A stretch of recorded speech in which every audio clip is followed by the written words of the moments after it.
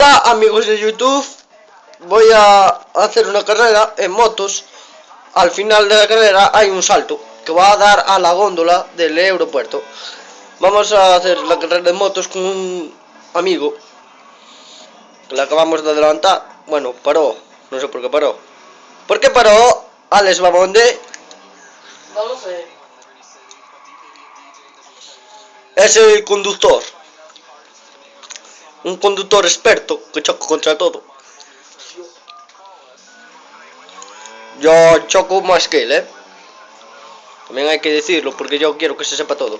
Iban las motos. Con la luz del avión no se ve nada. Ahora le adelantamos al avión. Hay mucha niebla. Vamos las motos. Ahí. Alex Bamonde se pone en cabeza. Se pone en cabeza de Alex Bamonde. Y va a saltar. Y va a saltar.